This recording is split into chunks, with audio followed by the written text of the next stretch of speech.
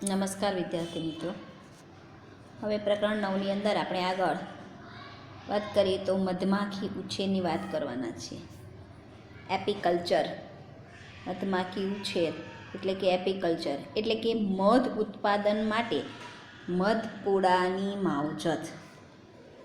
મધમાખી ઉછેર એટલે મધ ઉત્પાદન માટે મધપૂડાની માવજત. મધમાખી ઉછેર એ પ્રાચીન કાળથી ચાલતો આવતો એક કુટીર ઉદ્યોગ છે.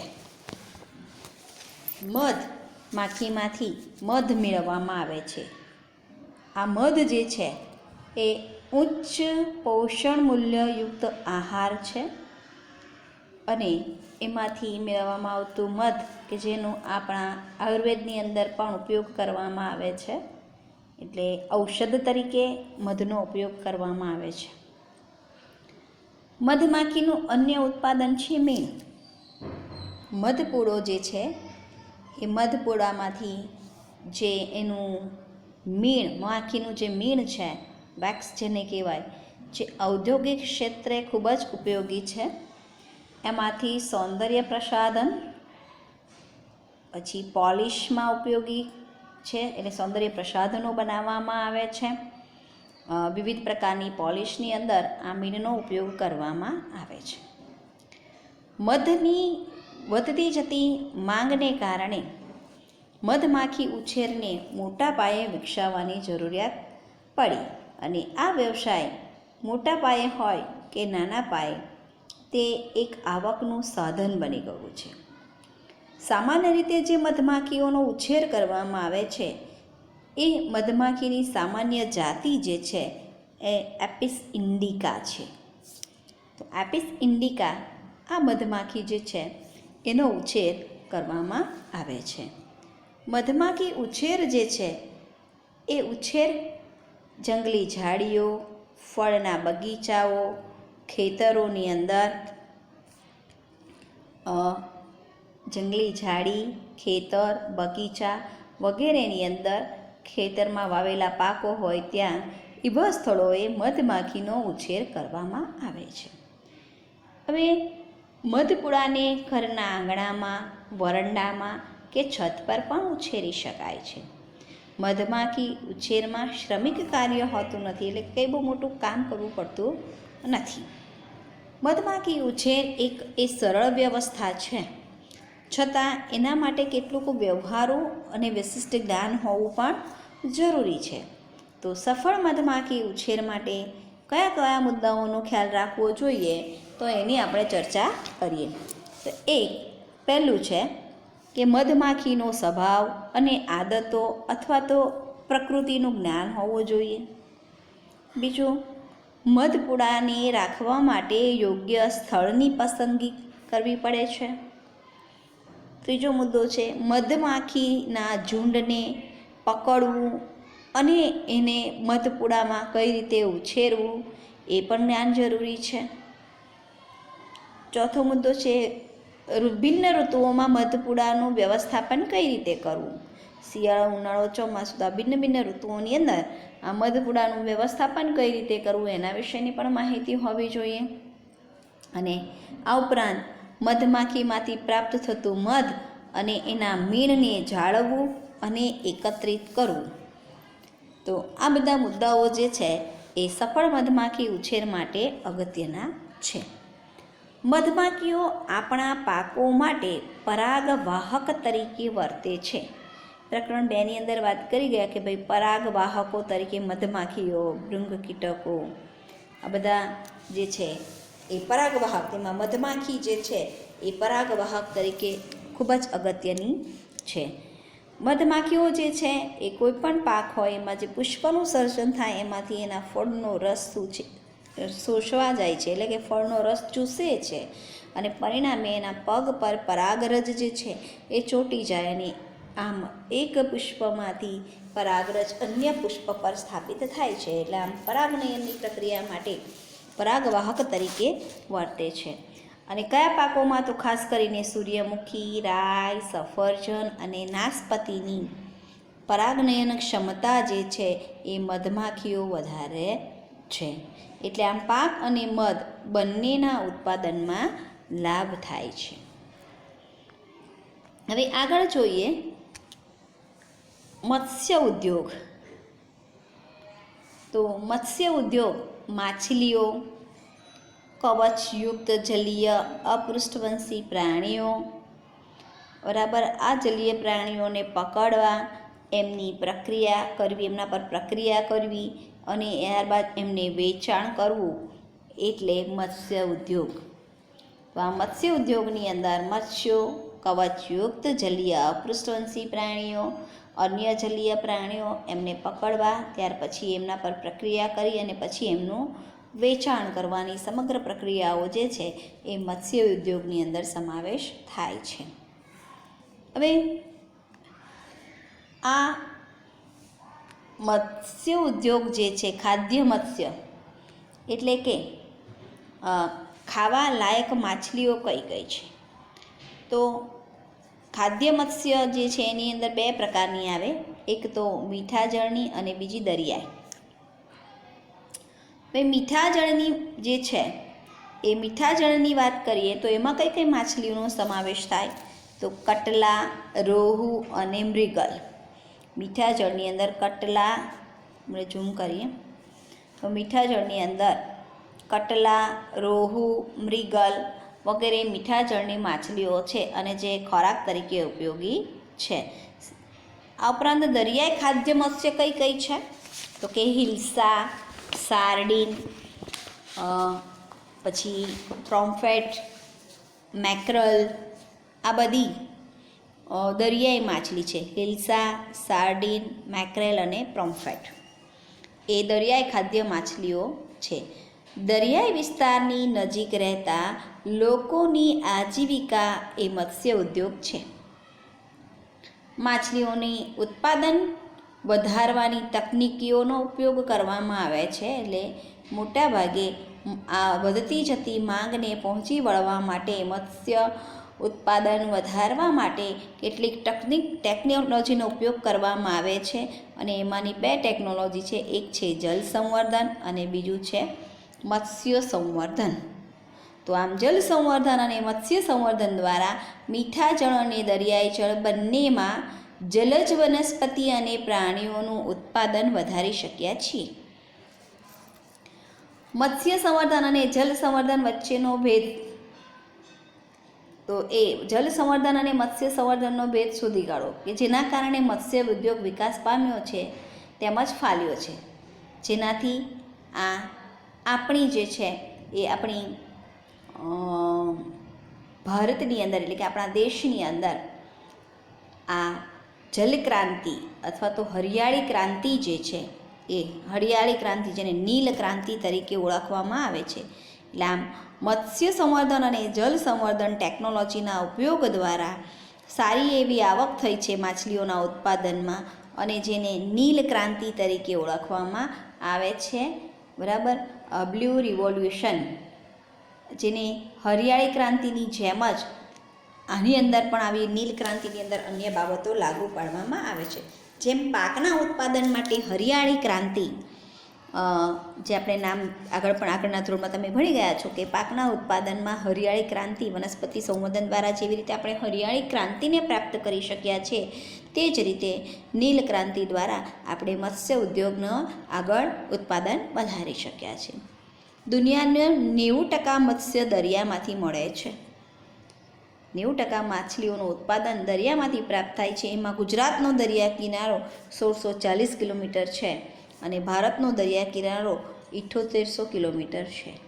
એટલે આમ મત્સ્ય ઉદ્યોગ જે છે એ મત્સ્ય ઉદ્યોગનો પણ ખૂબ જ બહોળો ઉપયોગ થઈ રહ્યો છે અને જલ સંવર્ધન અને મત્સ્ય સંવર્ધન દ્વારા આપણે ઉત્પાદન વધારી શક્યા છીએ.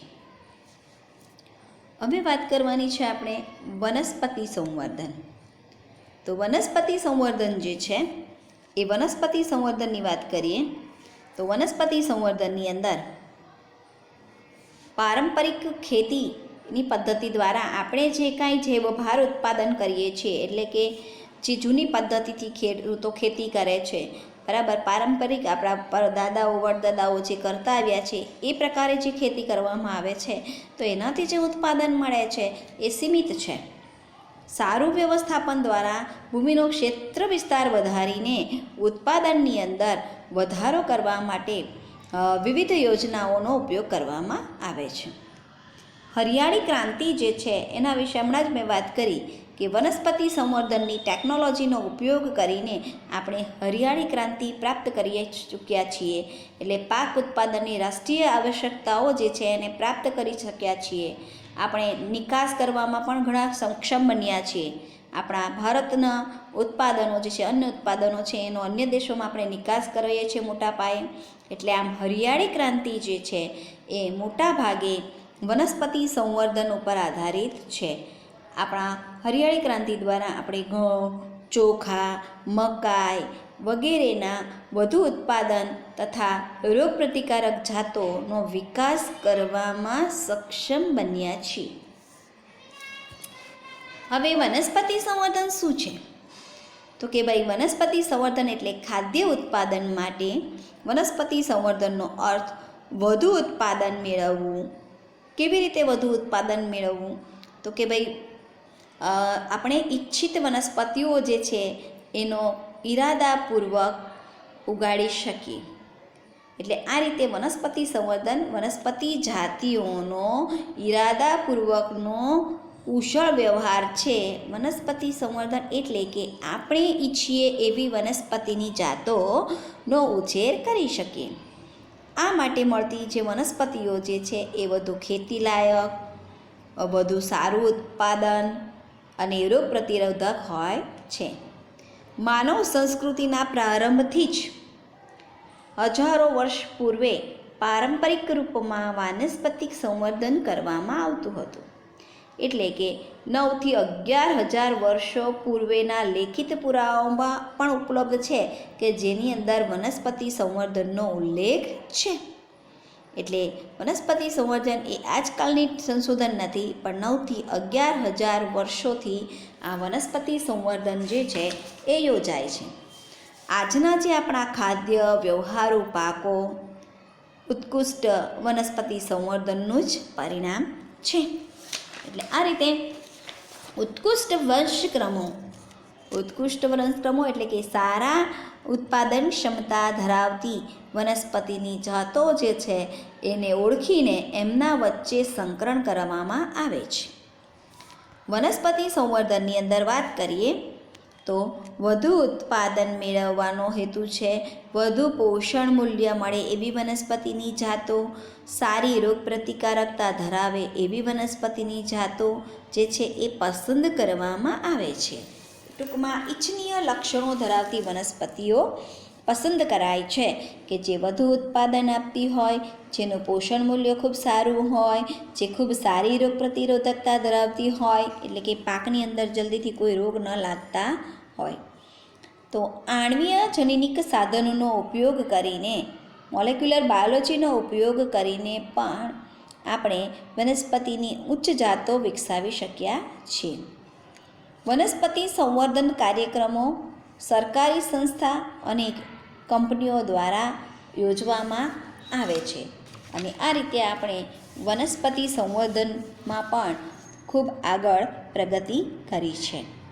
હવે વનસ્પતિ સંવર્ધન જે છે એના કાર્યક્રમોમાં આપણે સમગ્ર વિશ્વમાં જે સરકારી અને વ્યાપારિક કંપનીઓ દ્વારા ચલાવવામાં આવે છે તો એની અંદર કેટલાક તબક્કાઓ જે છે એની વાત કરીશું.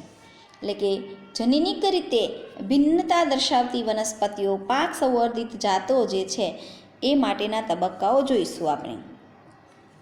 તો અહીં દર્શાવ્યા છે, આ મોસ્ટ ઇમ્પોર્ટન્ટ ક્વેશ્ચન છે, ગઈ વર્ષે પણ બોર્ડની અંદર પૂછાયો હતો.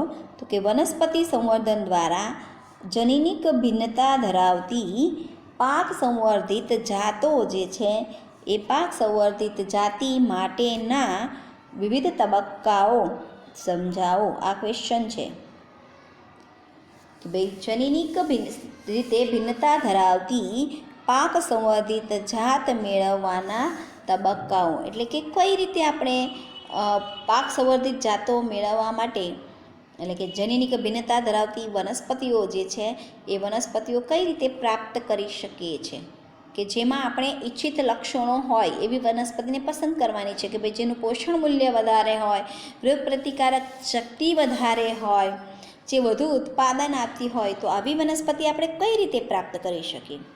તો એના તબક્કાઓ જે છે 5 તબક્કાઓ છે. પહેલું છે ભિન્નતાનું એકત્રીકરણ,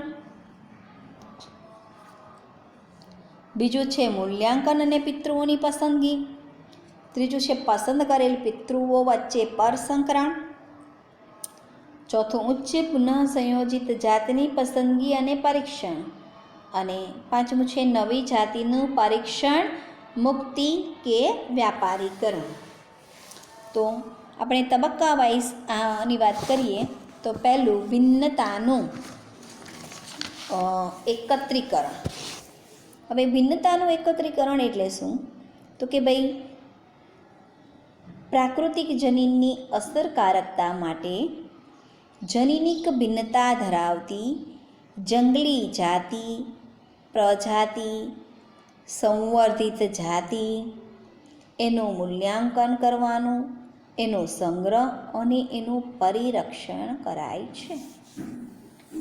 એટલે કે એવી વનસ્પતિઓને પસંદ કરવામાં આવે છે કે જે જનીનિક ભિન્નતા ધરાવતી હોય, બરાબર.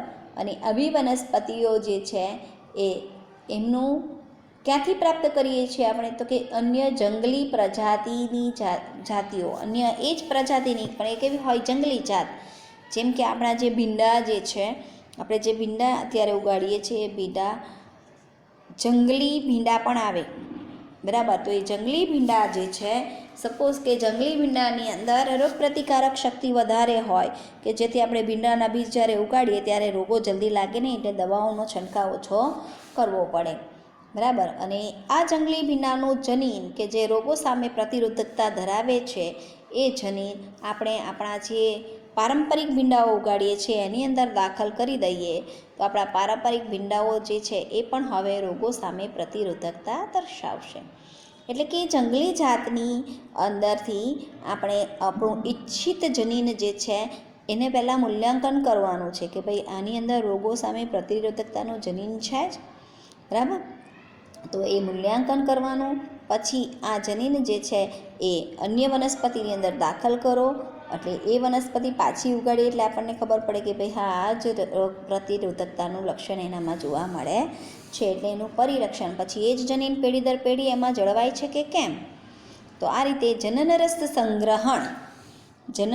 સંગ્રહણ જે છે એ જનનરસ સંગ્રહણ એટલે શું? તો કે ભાઈ જનનરસ સંગ્રહણ અહીં દર્શાવ્યું છે, આ જનનરસ અને બીજનું સંગ્રહણ કરવામાં આવે છે. તો જનનરસ સંગ્રહણ એટલે કે કોઈ પાકમાં જોવા મળતા બધા જનીનોના વૈકલ્પિક કારકોના સંગ્રહણને જનનરસ સંગ્રહણ કહેવાય. કોઈ પાકની અંદર જોવા મળતા બધા વૈકલ્પિક કારકો જે છે એ વૈકલ્પિક કારકોના સંગ્રહણને જનનરસ સંગ્રહણ તરીકે ઓળખવામાં આવે છે. એટલે આ રીતે આપણે વસ્તીમાં પ્રાકૃતિક જનીનની પ્રાપ્યતાના અસરકારક વ્યાપ માટે આ પ્રક્રિયા કરવી જરૂરી છે. ટૂંકમાં ભિન્નતાનું એકત્રીકરણ એનો અર્થ એવો થાય કે વનસ્પતિની અંદર જોવા મળતા બધા જનીનોના વૈકલ્પિક કારકોના સંગ્રહણ એટલે કે જનનરસ સંગ્રહણ. જુદી જુદી વનસ્પતિની અંદર જે કંઈ લક્ષણો છે એ લક્ષણોનું મૂલ્યાંકન કરવું, એનો સંગ્રહ કરવો અને એનું પરિરક્ષણને ભિન્નતાનું એકત્રીકરણ કહેવાય. હવે આ ભિન્નતાનું એકત્રીકરણ એટલે કે જે તમે ઈચ્છિત લક્ષણ પસંદ કર્યું છે એનું મૂલ્યાંકન અને એના પિતૃઓની પસંદગી. મૂલ્યાંકન અને પિતૃઓની પસંદગી એટલે મેં હમણાં ઉદાહરણ આપ્યું કે ભાઈ જંગલી ભીંડાની અંદર રોગ પ્રતિકારક શક્તિ વધારે છે, આ લક્ષણ આપણે જોયું, બરાબર. તો જનનરસનું મૂલ્યાંકન કરવામાં આવે છે કે જે જંગલી ભીંડાની અંદર આપણે ભિન્ન જનીન કયું જોવા મળે છે? જે દેશી ભીંડા અને જંગલી ભીંડાની અંદર તફાવત એટલો છે કે જંગલી ભીંડાની અંદર રોગ પ્રતિરોધકતા વધારે છે, રોગો સામે પ્રતિકારકતા વધારે દર્શાવે છે. તો આ જ જનીન એની અન્ય પેઢીમાં પણ જોવા મળે છે કે કેમ? એટલે કે જનનરસનું મૂલ્યાંકન કરવાનું, ઈચ્છિત લક્ષણનો સમન્વય ધરાવતી વનસ્પતિઓને ઓળખવાનું, કે ભાઈ વનસ્પતિને આપણે ઓળખવી, બરાબર. એટલે ઈચ્છિત લક્ષણ ધરાવતી વનસ્પતિ જે છે એના જનનરસનું મૂલ્યાંકન કરવું, એની ઓળખ કરવી, એની પસંદગી કરવી અને પછી એને બહુગુણિત કરી શુદ્ધ સંતતિ મેળવી શકાય છે. શુદ્ધ સંતતિ એટલે શું? ફોર એક્ઝામ્પલ, કે ભાઈ આપણે જે વાત કરીએ છીએ કે રોગ પ્રતિરોધકતા વધુ ધરાવતું જનીન આપણે જંગલી ભીંડામાંથી આપણે વિદેશી ભીંડાની અંદર દાખલ કર્યું છે. તો આ ઈચ્છિત લક્ષણ જે છે એ ઈચ્છિત લક્ષણની ઓળખ કરવાની. આપણે તરત થોડું કંઈ એમાં કંઈ લેબલ ના કરેલું હોય કે ભાઈ હું રોગ પ્રતિરોધકતા વધારે ધરાવતો છોડ છું.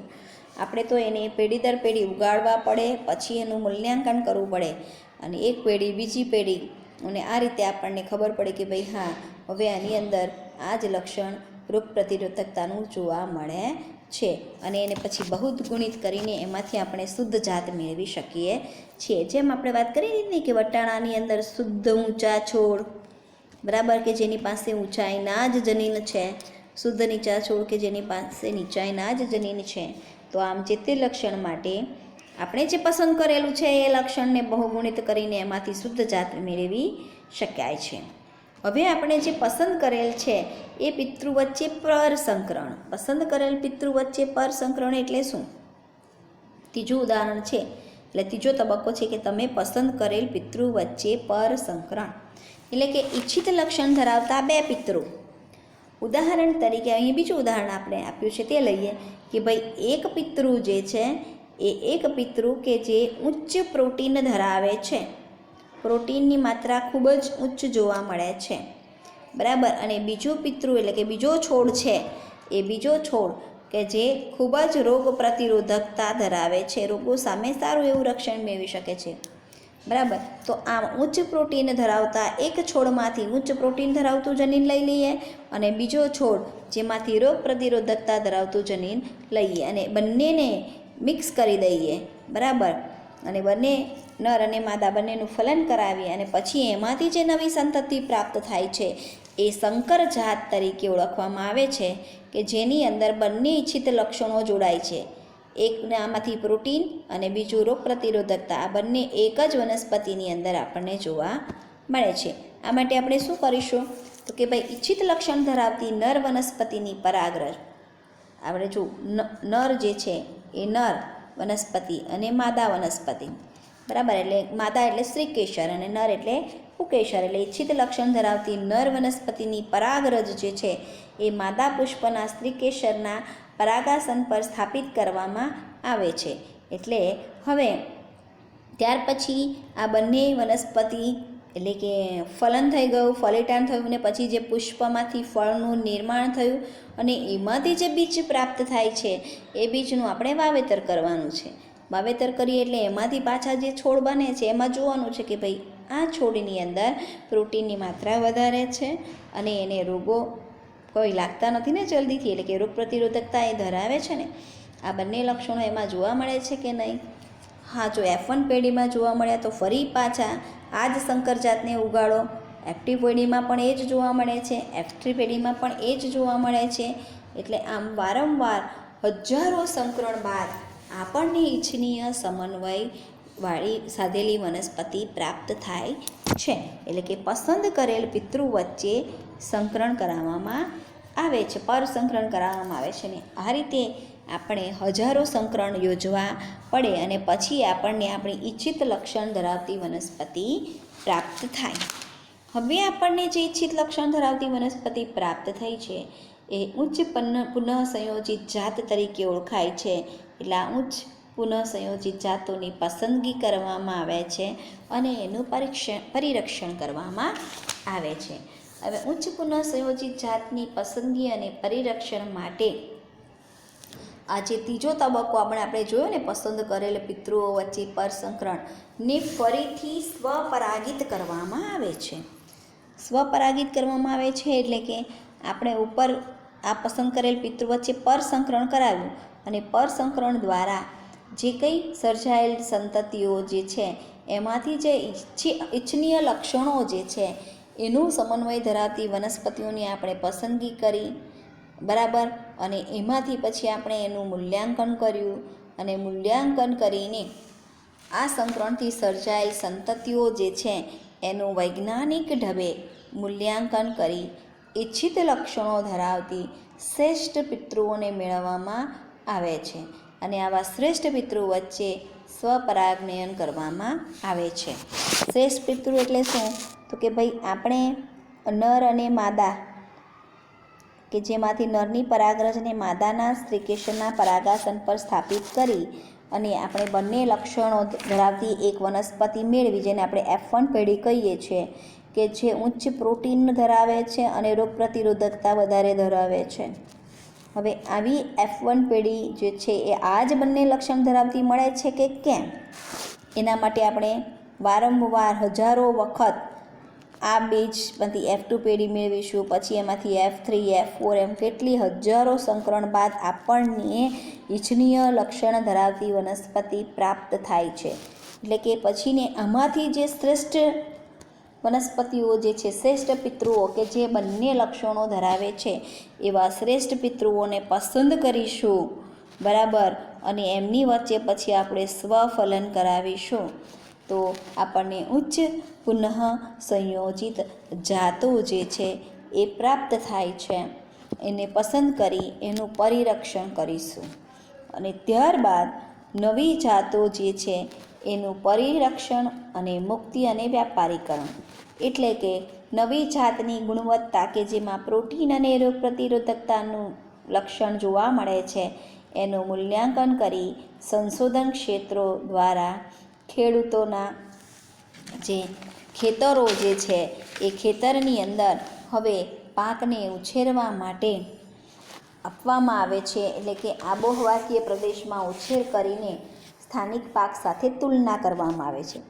જે ઉચ્ચ પુનઃસંયોજિત જાતની પસંદગી કરી છે, એટલે એવા બીજો જે આપણે એકત્રિત કર્યા છે.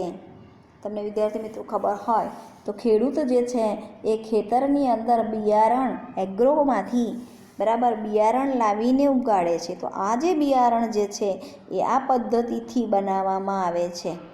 તો એ બિયારણ જે છે એ પછી પહેલાં કોઈ એક ખેતરમાં ઉગાડવામાં આવે, અને ખેડૂતના ખેતરની અંદર ઉગાડીએ એટલે એનો પાક મોટો થાય, એનો ઉછેર કરી અને કયા આબોહવાકીય પ્રદેશની અંદર એ ઉગે છે, અને પછી જે પેલો સ્થાનિક પાક છે, જે જૂનો પાક છે, એની સાથે તુલના કરવામાં આવે છે. અને પછી વધુ ઉત્પાદન અને પ્રોટીનનું મૂલ્ય વધારે હોય એવું સાબિત થઈ જાય પછી આ જે જાતિ જે છે, નવી જાતિ, બરાબર, એની વ્યાપારીકરણ કરી, કે એટલે કે એનું બિયારણ જે છે એ એગ્રોની અંદર પછી બધા જ ખેડૂતોને વેચવામાં આવે છે. એટલે આ રીતે બીટી કોટન છે, બીટી રીંગણ છે, ઉપરાંત ઘઉં, ચોખા, મકાઈ, બરાબર, એની ઘણી બધી જાતિઓ જે છે એ વિકસાવવામાં આવી છે.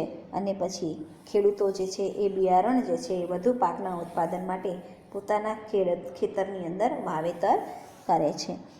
એટલે આમ પાક સંવર્ધિત જાતિ જે છે એ માટેના તબક્કાઓમાં ભિન્નતાનું એકત્રીકરણ, એટલે કે ઈચ્છિત લક્ષણો જે છે એ પહેલાં કલેક્ટ કરવાના, કે ભાઈ કઈ વનસ્પતિની અંદર પ્રોટીનનું મૂલ્ય વધારે છે અને કયા છોડની અંદર રોગ પ્રતિરોધકતા વધારે છે, બરાબર. તો એવા છોડો પહેલાં તો એવા છોડનું એકત્રીકરણ કરવામાં આવે. ત્યાર પછી એનું મૂલ્યાંકન, કે ભાઈ આ જે લક્ષણો એની અંદર છે કે પ્રોટીનનું મૂલ્ય વધુ છે અને રોગ પ્રતિકારકતા વધુ છે એવું છે જ, એટલે એવા પિતૃની પસંદગી કરવામાં આવે છે. અને પછી પસંદ કરેલ બંને પિતૃ વચ્ચે પરસંકરણ કરાવવામાં આવે, અને પરસંકરણ કરાવ્યા બાદ હજારો સંકરણ કરાવવા પડે, ને હજારો સંકરણ કરાવ્યા બાદ આપણને જે શુદ્ધ જાત મળે છે, બરાબર, એ શુદ્ધ જાત જે છે એ મેળવીને પછી ફરી પાછું એનું પુનઃ સંયોજિત જાતોની પસંદગી કરવામાં આવે છે, કે એના એ જ લક્ષણો એની અંદર છે, એ રીતે એની પસંદગી કરી એનું પરિરક્ષણ કરવામાં આવે છે. અને ત્યારબાદ ખેડૂતના ખેતરની અંદર આ જ લક્ષણ ધરાવતી વનસ્પતિના બીજનું વાવેતર કરવામાં આવે છે, અને તેનું સ્થાનિક પાક સાથે સરખામણી કરવામાં આવે છે. અને જો એના કરતાં એ વધારે પ્રોટીન અને રોગ પ્રતિરોધકતા ધરાવતી હોય તો આવી જાત જે છે એનું માન્ય કરાવીને એના બિયારણો જે છે એ પછી વેપારી લોકો જે છે એ એગ્રોની અંદર વેચે છે અને અન્ય ખેડૂતો એની ખરીદી કરીને પોતાના ખેતરની અંદર એનું વાવેતર કરે છે. તો આ રીતે વનસ્પતિ સંવર્ધન દ્વારા જનીનિક ભિન્નતા ધરાવતી પાક સંવર્ધિત જાતો જે છે એ મેળવવામાં આવે છે. હવે વાત કરીએ તો ભારત જે છે એ ભારત કૃષિ પ્રધાન દેશ છે, બરાબર, અને જેનું ઘરેલું ઉત્પાદન દર એટલે કે gross domestic production GDP rate જે છે 33% છે, જેમાંથી 62% લોકોને આજીવિકા મળે છે. કૃષિ પ્રધાન એટલે 62% લોકો ખેતી પર આધારિત છે, બરાબર. 1960ના મધ્યમાં વનસ્પતિ સંવર્ધનથી ખાદ્ય ઉત્પાદનમાં અત્યાધિક વૃદ્ધિ થઈ છે અને જેને આપણે હરિયાળી ક્રાંતિ તરીકે ઓળખીએ છીએ. 1960થી 2000 વચ્ચે ઘઉં અને ચોખા જે છે એની અર્ધવામન જાતોમાંથી ઘઉંનું 11 મિલી ટનથી 75 મિલી ટન અને ચોખાનું 35 મિલી ટનથી 89.5 મિલી ટન જેટલું ઉત્પાદન જે છે એ ઉત્પાદન વધ્યું છે. એટલે હરિયાળી ક્રાંતિ દ્વારા ઘઉં અને ચોખાની જે અર્ધવામન જાતો જે છે એ જાતમાંથી 11 મિલી ટનથી 75 મિલી ટન અને ચોખાનું 35 મિલી ટનથી 89.5 મિલી ટન ઉત્પાદન વધ્યું છે. જો આપણે આગળ વાત કરીએ તો નોર્મન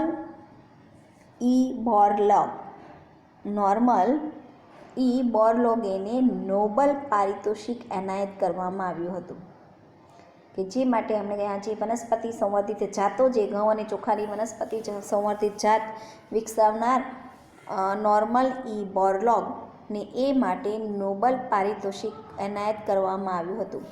પહેલાં જે ઘઉં અને ચોખાની જાતો હતી ને એ ઘઉં અને ચોખાની જાતોના છોડ જે છે ખૂબ ઊંચા હતા.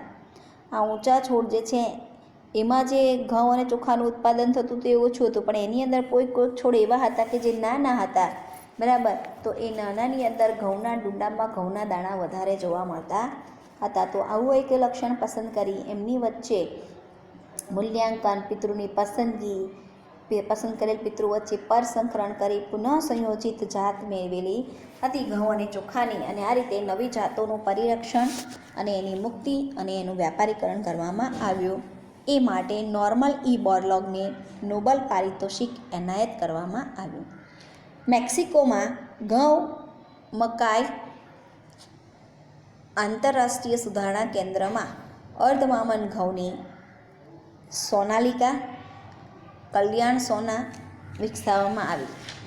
એટલે કે મેક્સિકોની અંદર ઘઉં મકાઈ આંતરરાષ્ટ્રીય સુધારણા કેન્દ્ર જે છે એ આંતરરાષ્ટ્રીય સુધારણા કેન્દ્ર દ્વારા અર્ધવામન ઘઉંની સોનાલિકા અને કલ્યાણ સોનાની જાત વિકસાવવામાં આવી છે. આ ઉપરાંત ફિલિપાઇન્સની વાત કરીએ તો ફિલિપાઇન્સની અંદર આંતરરાષ્ટ્રીય ચોખા સંશોધન સંસ્થા IRRI, આ બધાના ફૂલ ફોર્મ પૂછાય છે. IRRI આંતરરાષ્ટ્રીય ચોખા સંશોધન સંસ્થા જે છે તો international rice research, I for international, R for rice ચોખા અને રિસર્ચ ઇન્સ્ટિટ્યૂટ ફિલિપાઇન્સ ખાતે ચોખાની અર્ધવામન જાત IR8, એનું નામ છે IR8, એ વિકસાવી. તાઇવાનની અંદર વાત કરીએ તો તાઇવાન જે છે એ તાઇવાનમાં અર્ધવામન ચોખાની તાઇચુંગ નેટિવ 1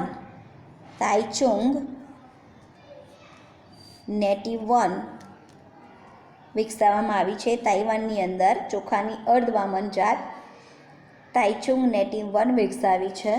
અને ભારતની વાત કરીએ તો ભારતમાં 1966ની અંદર ભારતે 1966ની અંદર જયા અને રત્ના નામની ચોખાની જાતો વિકસાવી છે. એટલે આમ ભારત એક કૃષિ પ્રધાન દેશ છે અને એની અંદર પણ અન્ન ઉત્પાદન વધારવા માટેના પ્રયાસો કરવામાં આવ્યા છે.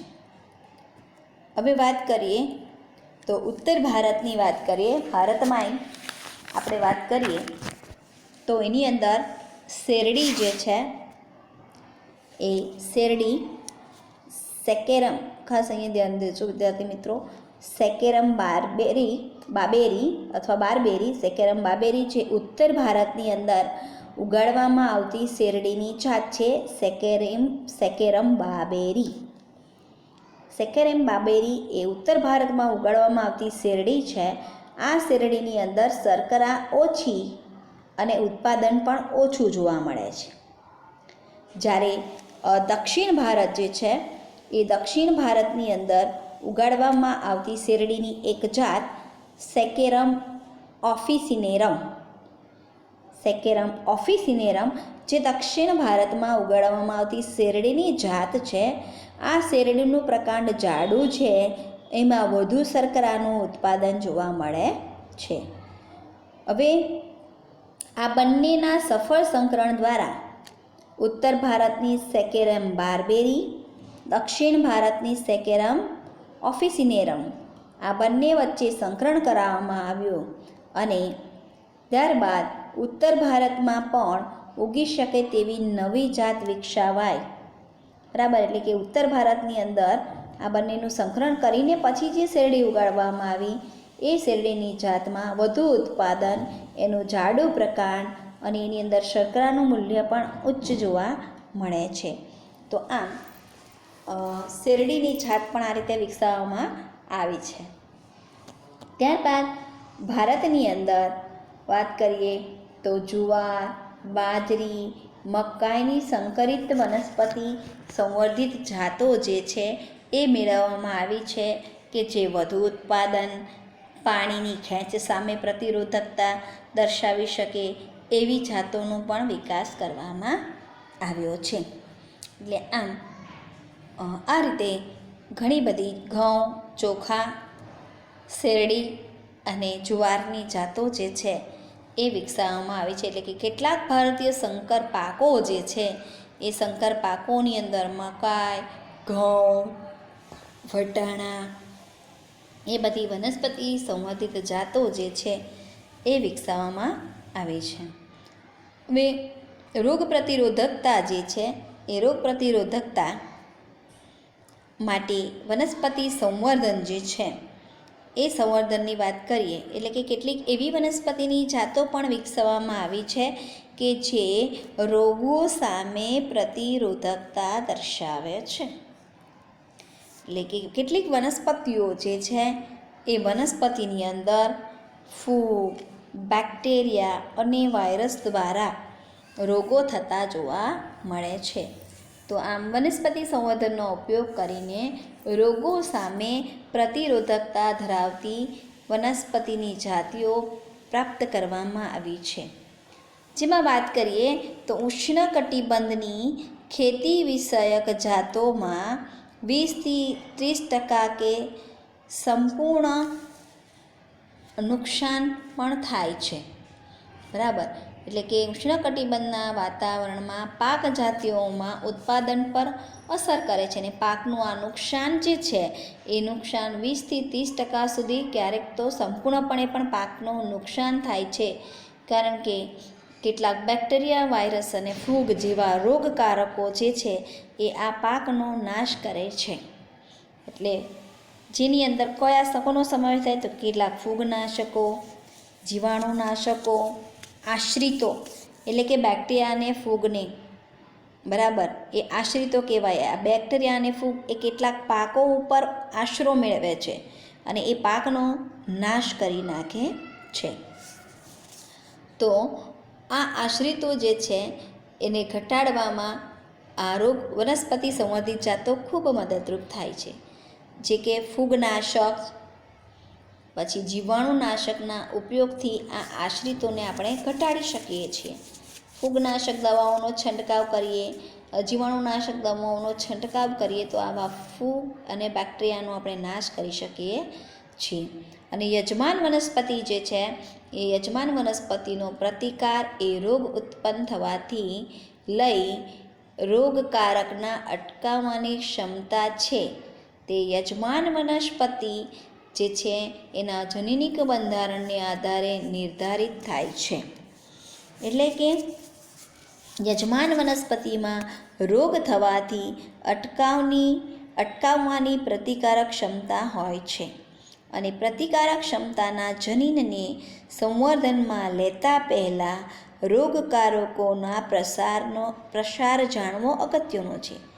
એટલે કે પ્રતિકારક ક્ષમતા જે છે એને આપણે જ્યારે ધ્યાનમાં લઈએ પહેલાં આપણને કયા કયા રોગો જે છે એ કોને કારણે થાય છે એ રોગો વિશેની માહિતી હોવી જોઈએ. જેમ કે ઉદાહરણ તરીકે લઈએ તો ફૂગનો પ્રસાર, તો કે ઘઉંમાં ગેરું નામનો રોગ, બરાબર, ભૂરો ગેરું પક્ષીનિયા નામની ફૂગના કારણે થાય છે. શેરડીમાં લાલ સડો, તમે શેરડી ખાઓ તો એની અંદર લાલ લાલ જે જોવા મળે છે એ લાલ સડો એ પણ ફૂગને કારણે થાય છે. બટાટામાં પાછોતરો સડો, તો એ બટાટાની અંદર પાછોતરો સડો જે છે એ પણ ફૂગને કારણે થાય છે. કેટલાક રોગો બેક્ટેરિયાના કારણે થાય છે, તો કે ભાઈ કૃષિફળનો કાળો ગેરો, બરાબર, કૃષિફળનો કાળો ગેરો, તો એ બેક્ટેરિયામાં થતો કૃષિફળનો કાળો ગેરો એ બેક્ટેરિયા દ્વારા થતો રોગ છે. એટલે કે કૃષિફળનો કાળો ગેરો એ બેક્ટેરિયા દ્વારા થાય ટૂંકમાં. જ્યારે કેટલાક વાયરસ દ્વારા થતો રોગ, જેમ કે તમાકુ અને સલગમ, તમાકુમાં થતો ક્રિમિલ રોગ, બરાબર, તો એ વાયરસ દ્વારા થતો હોય છે. સલગમ જે છે એ બીટ જે છે ને એ બીટ એટલે સલગમ. તો આમ આ બધા જે રોગો જે છે એ બેક્ટેરિયા, ફૂગ અને વાયરસ દ્વારા થાય છે. તો આવા બધા રોગો સામે પ્રતિરોધકતા કેળવવા માટેની પદ્ધતિઓનો વિકાસ થયો છે. એટલે કે રોગો સામે પ્રતિરોધક જાતો વિકસાવવામાં આવી છે અને આ પ્રતિરોધક જાતો મેળવવા માટેની પદ્ધતિઓ જે છે એ પદ્ધતિઓ વિશેની વાત આપણે કરવાના છીએ. તો એ હવે પછીના વિડીયોમાં વાત કરીશું કે ફૂગ, બેક્ટેરિયા અને વાયરસ દ્વારા થતા રોગો જે છે એ રોગો સામે પ્રતિરોધક જાતો કઈ રીતે વિકસાવી છે અને એની પદ્ધતિઓ જોઈશું. પરંપરાગત વનસ્પતિક સંવર્ધન પદ્ધતિ છે અને બીજી છે ઉત્પરિવર્તન વનસ્પતિ સંવર્ધિત પદ્ધતિઓ. હવે પછીના વિડીયોમાં જોઈશું.